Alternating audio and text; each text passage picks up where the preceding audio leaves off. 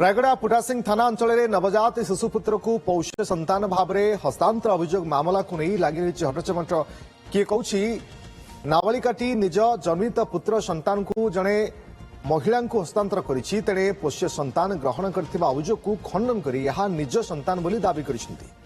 मिलिथिबा सूचना अनुसार गत मार्च रे शिशुपुत्रटी को निज घरे जन्म देथिला जड़े नाबालिका परे नंबसरा अंचल जड़े दंपति को पौष संतान भाव में हस्तांतर करथिबा अभियोग होइछि। ए संपर्क में जड़े अंगनवाड़ी कर्मी गुणपुर समन्वित शिशु विकास प्रकल्प अधिकारी को जणाइबा सहित गुणपुर सीडीपीओ जिला शिशु सुरक्षा विभाग को अवगत करथिले। शिशु सुरक्षा विभाग एवं शिशु मंगल कमिटी घटनार तदंत चलाइछि।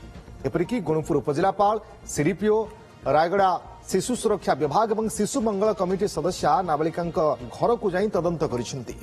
गुणपुर उपखंड चिकित्सालय में कागजपत्र जांच करने सहित पिलाटी को उद्धार कर तदंत चलाई सीडब्ल्यूसी। अपरपक्षे पौष संतान ग्रहण अभियोग को खंडन कर अभियुक्ता महिला जनक कहते जे गुणपुर उपखंड चिकित्सालय में गत मार्च 30 रे से निजे ए शिशुपुत्र को जन्म देते। नाबालिकाटी को गर्भवती करथिबा जड़े युवक को पुलिस अटक रखी पचराउचरा करुछि।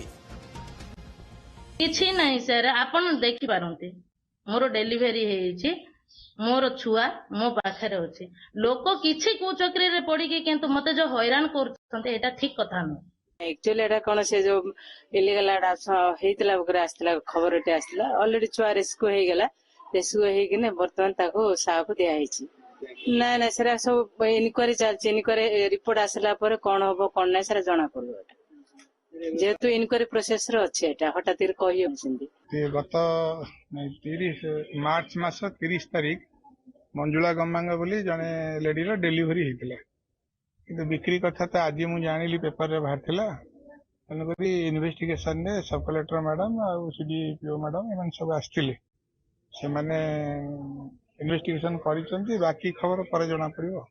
तो बर्तमान मंजुला गम्मांगा डेलीवरी हेतिले सर रेकॉर्ड रेकॉर्ड कहूचे हेतिला।